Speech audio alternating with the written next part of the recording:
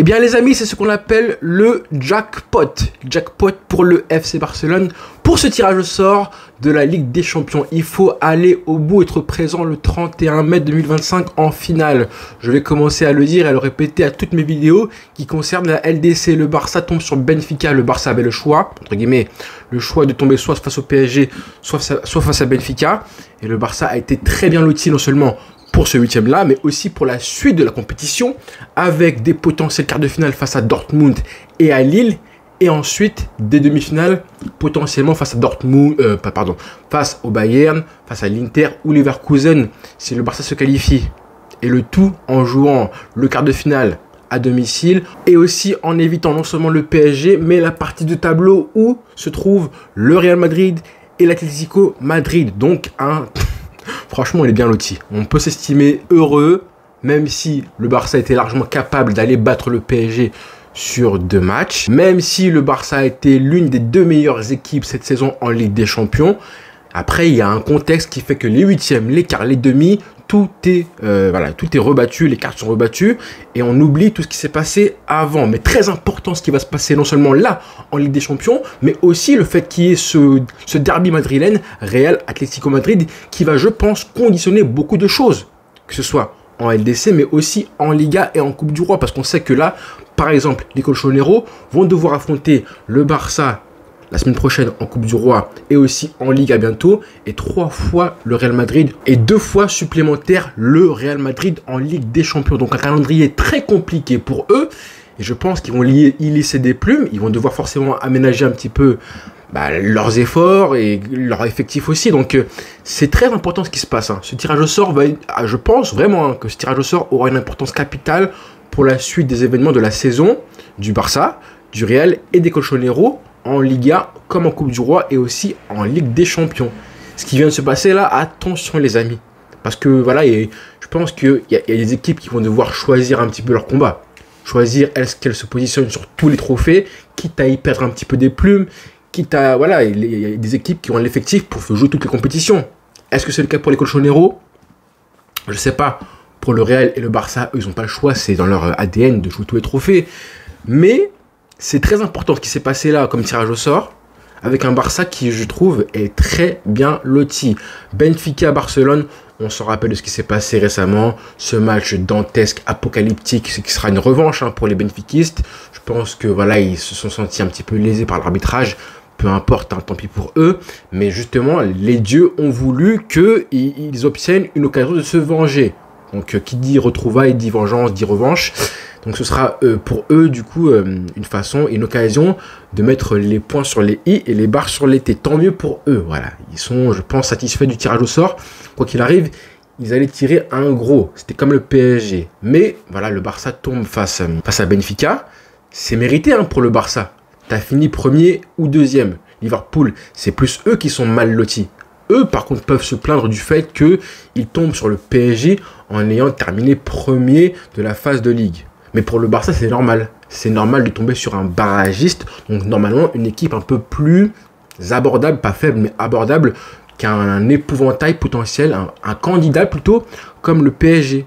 Le tirage du Barça est normal. C'est plutôt le tirage de Liverpool qui n'est pas normal. Mais je trouve que ce sera une très belle confrontation entre le PSG et Liverpool. Depuis hier soir et depuis même avant-hier, on a des supporters parisiens qui étaient chauds pour affronter plus le Barça que Liverpool. Maintenant, montrez-nous justement que... Et maintenant, bon courage pour ces supporters parisiens qui vont devoir sortir un gros. La meilleure équipe sur le papier de la phase de Ligue, Liverpool. Et toutes ces équipes-là sont dans le tableau opposé au Barça. Hyper important. Le Barça, du coup, devrait affronter en quart de finale soit Dortmund, soit Lille. Hyper important. Et en plus, jouer le retour du quart de finale potentiel à domicile à Barcelone. Très important aussi. Et une potentielle demi-finale face au Bayern, Leverkusen ou l'Inter Milan. L'important, c'est de voir que le Barça a un tirage franchement assez favorable. Parce que regardez, si vous vous mettez un petit peu à la place du Real Madrid, qui peut du coup avoir un tirage Atlético Madrid en 8e, Arsenal en quart de finale et PSG en demi-finale, bah, c'est pas le même sport, hein. C'est vraiment beaucoup plus compliqué, on va se l'avouer. Après, on sait que parfois il y a des surprises. Et ce que tu t'attends comme tirage au sort, comme parcours, souvent, bah, même très souvent, c'est pas du tout ce qui se passe. Pareil pour le PSG qui pourrait avoir un parcours avec Liverpool, Aston Villa en quart et le Real Madrid en demi-finale. Bah oui, c'est pas le même sport non plus. Donc oui, estimons-nous heureux. Après, Benfica, ça reste une grande équipe, une très grande équipe qui a montré justement qu'elle avait des joueurs pour battre à la régulière le Barça. Ils auraient très bien pu gagner ce match-là, qui était en plus un match à enjeu récemment. Franchement, s'ils gagnent le match, vu comment c'était parti, ça aurait pas du tout été un scandale, loin de là. Donc ils ont fait mal au Barça, je pense qu'ils ont pris confiance. Ils ont cette espèce de sentiment de revanche à assouvir. Donc attention, ce n'est pas une équipe simple. C'est une équipe forcément plus simple que le PSG et les forces et les faiblesses du club français. Mais attention, Benfica, ce qu'ils ont montré, et les clubs portugais en général, à domicile, ça reste du très costaud. Ça reste du très costaud.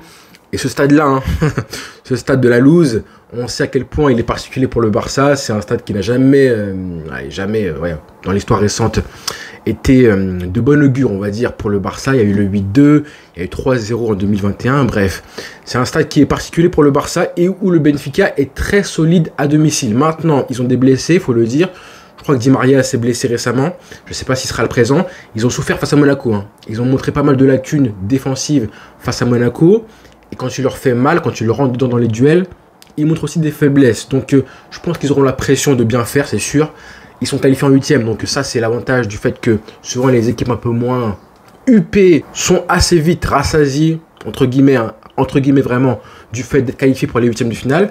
Maintenant, oui, ils vont vouloir aller loin, ils vont vouloir se venger, entre guillemets, du Barça. Donc attention, c'est un tirage quand même très compliqué. Donc attention à ce tirage-là, mais vraiment le fait que ce soit un parcours avec un calendrier. Ce week-end, un match face à Las Palmas pour le Barça, puis mardi, Coupe du Roi face au Colchonero. Ensuite, un match de Liga le week-end prochain, je crois que c'est face à la Real Sociedad. Donc gros match à venir pour le Barça aussi en Liga.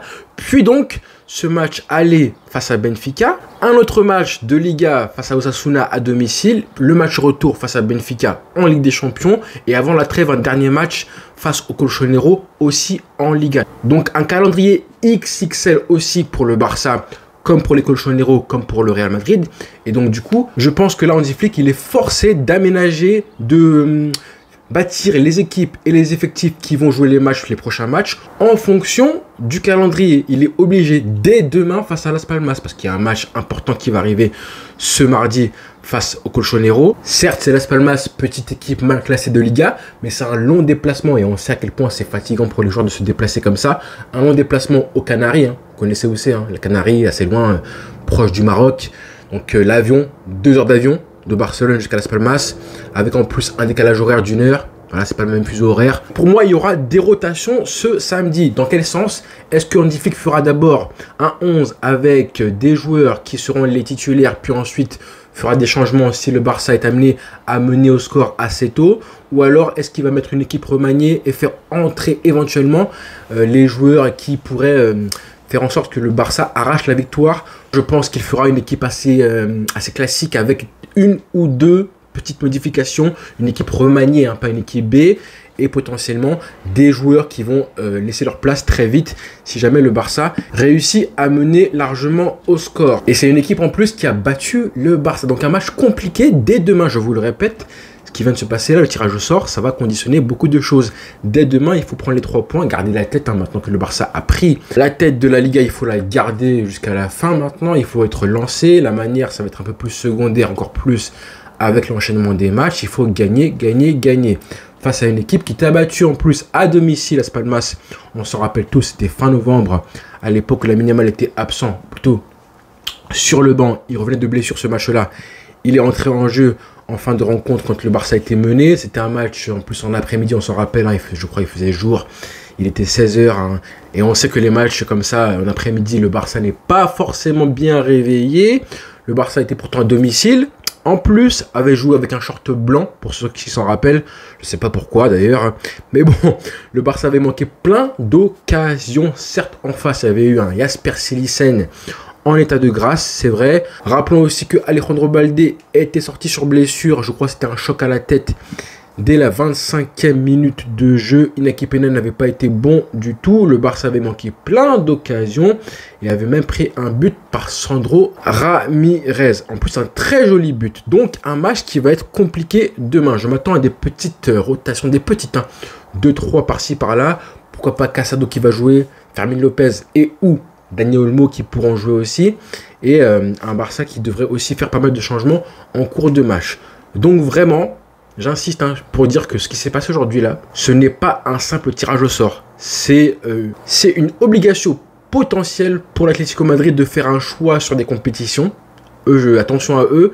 Et c'est aussi du coup une condamnation pour les deux clubs madrilènes de laisser beaucoup de plumes, de se battre pour une place en quart de finale de LDC parce que ça va être la priorité pour les deux clubs. Ils vont forcément se fatiguer mentalement et physiquement, logiquement, mais aussi mentalement, le fait à chaque fois de tous les 3 jours d'affronter un derby ou un classico ou un match de l'LDC ou un match de Coupe du Roi, forcément ça laisse des plumes et ça laisse des traces sur une saison, sur les organismes des joueurs, sur plein de choses, sur la mentalité des entraîneurs aussi et sur l'usure mentale et l'usure physique des équipes. Donc rendez-vous très vite, franchement on aura un mois de mars qui va être passionnant les frères. Rendez-vous demain soir pour ce match Las Palmas-Barcelone. Bonne journée à tous et bon week-end.